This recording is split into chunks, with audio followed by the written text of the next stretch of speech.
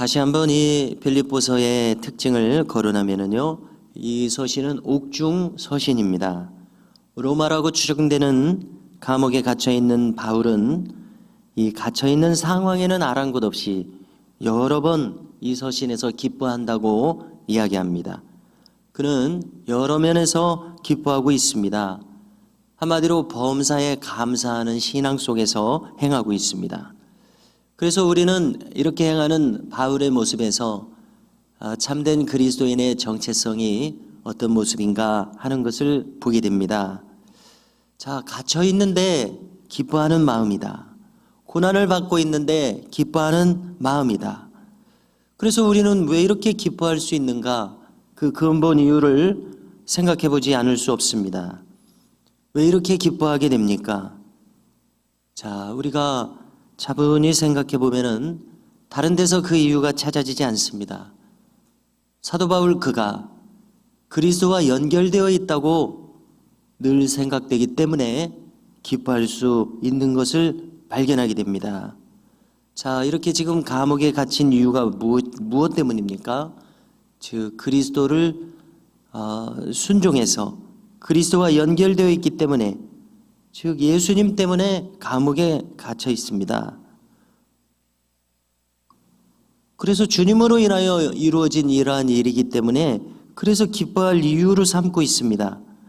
죄를 지어서 감옥에 간다면 부끄럽고 그 다음에 춥고 또 무슨 기운이 나지 않겠지만은 같은 감옥에 갇혀 있는 일이라도 그리스도로 인하여 복음을 전하는 사실로 인하여 갇힌 것은 먼저 그 양심이 떳떳합니다.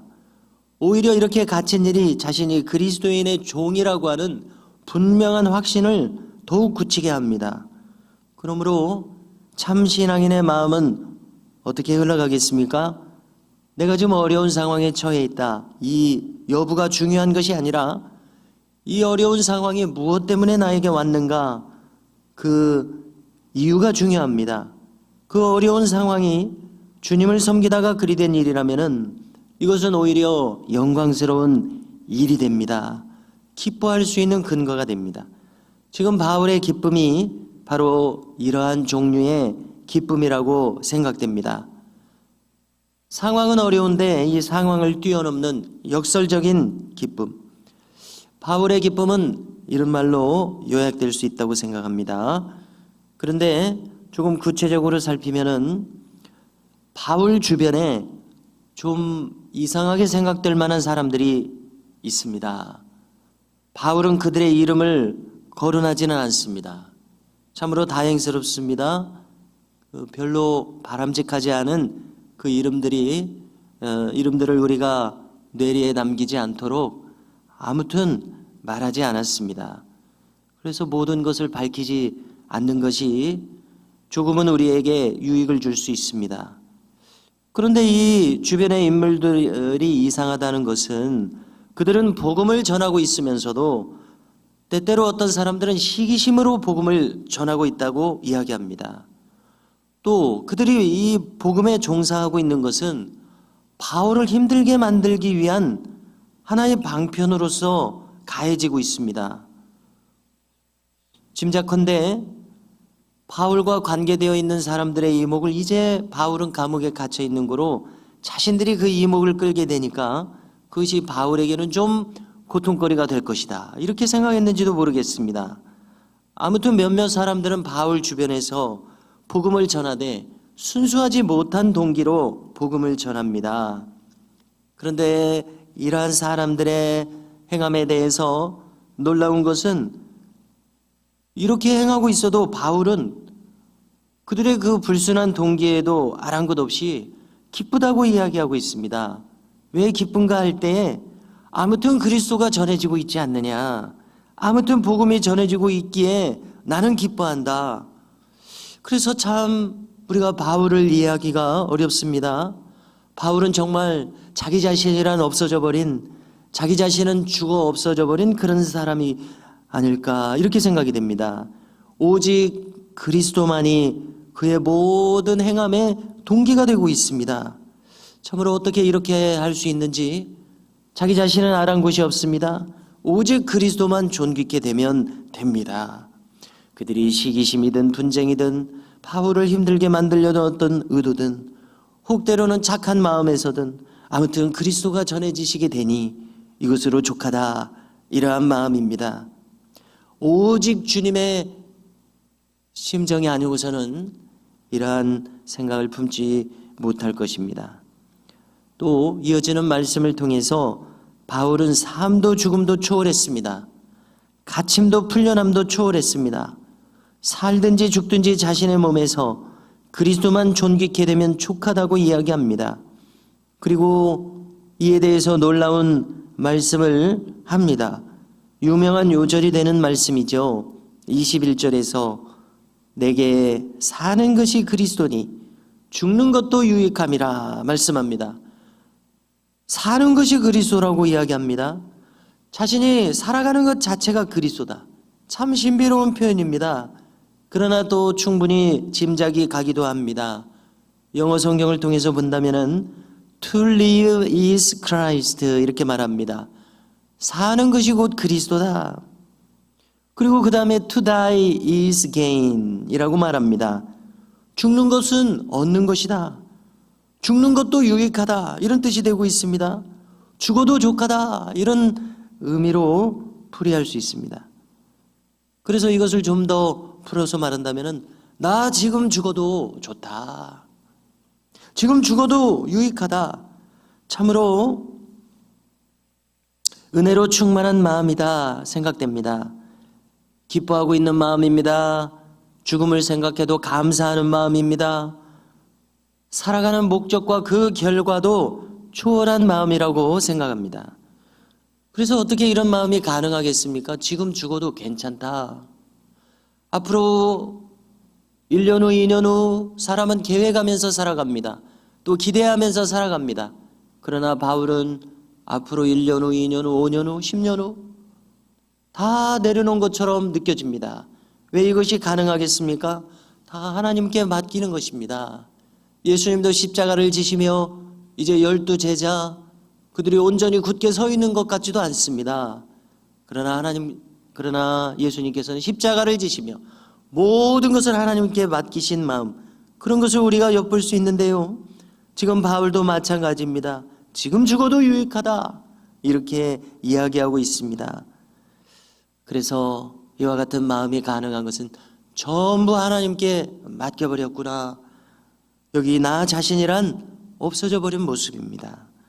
자, 그래서 우리는 생각합니다. 이렇게 잘해야 된다. 저렇게 잘해야 된다. 이런 조바심을 가지기도 하고 어떤 성취의식과 목적의식을 가지기도 합니다마는 바울의 이 마음은 결론까지도 하나님의 소관하에 있다. 나는 나의 주어진 말을 행할 뿐이다. 그것이 나에게 주어진 분깃이다.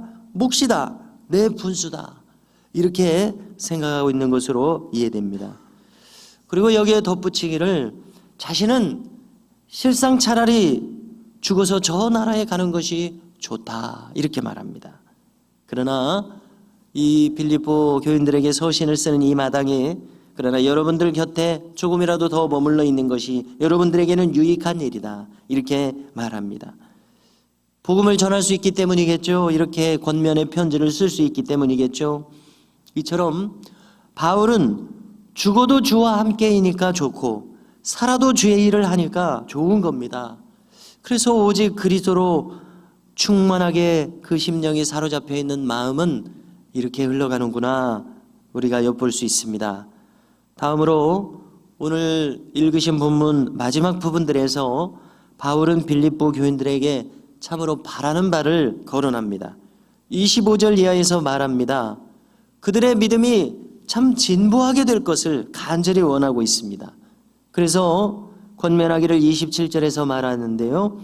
너희는 그리스도의 복음에 합당하게 생각하라. 너희는 한 뜻으로 협력하라. 참으로 교회를 섬기는 데 있어서 이것은 참으로 중요합니다.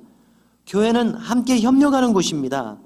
함께 복음을 위해서 무슨 일이든지 함께하는 바로 그곳이 교회입니다. 혼자의 힘으로는 불가능합니다. 아무리 교역자라도 혼자의 힘으로 불가능합니다. 모두의 힘이 필요합니다. 모두의 마음이 필요합니다. 이것이 바로 복음 안에서 타인이 존재하고 계시는 바로 그 이유입니다. 우리는 한 교회 안에서 함께 신앙생활하는 그 타인 누구누구가 존재하고 있으므로 그 자체로 나는 큰 유익을 얻고 있습니다. 얼마나 놀라운 일입니까? 그래서 바울은 서로 협력하라고 합니다. 다툼이 없게 하라고 합니다. 각각 자기보다 남을 낮게 여기라고 합니다. 얼마나 이 귀한 마음입니까? 우리는 결코 이 귀한 마음을 잃어버려서는 안 되겠습니다. 나보다 남을 존귀히 여기는 마음, 참으로 귀한 마음입니다. 바울이 꼭 권면하고 있는 마음입니다. 믿음 안에서 형제자매를 귀하게 여기는 일, 우리가 늘 마음의 염두에 두고 행해야 할 것입니다. 또 바울은 두려워하지 말고 담대하라고 합니다. 그 시대는 이제 네로 황제의 그 시기라고 여겨지는데요, 박해 시대입니다. 유대인들을 기독교인들이죠, 로마에서 쫓아냅니다. 또 거짓 교사들도 무수히 출현했던 시대입니다. 신앙생활을 하기에 고생스러운 일이 많습니다. 그 고생이 면제되지 않았습니다. 특별히 에베소나 이러한 헬라의 도시들에서는 이 동업조합이라고 하는 것이 결성이 되어서 그들의 이 우상숭배 행위를 동참하지 않으면은 생업에 종사하기 어렵게 되어 있습니다.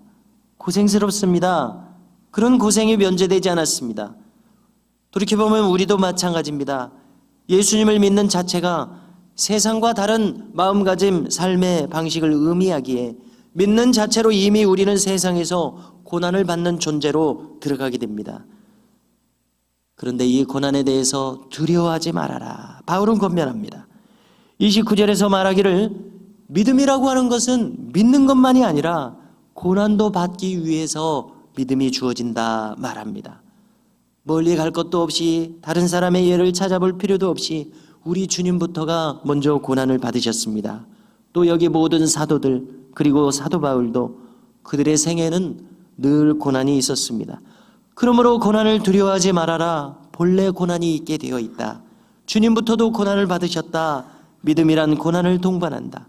두려워하지 말아라. 담대하라. 권면하고 있습니다. 성도 여러분, 오늘도 우리가 함께 살펴본 이 바울의 마음을 따라서 우리도 살든지 죽든지 우리 자신을 통하여 그리스도께서 존귀하게 되시기를 원하는 이 삶을 우리도 추구할 수 있기를 주님의 이름으로 축복합니다.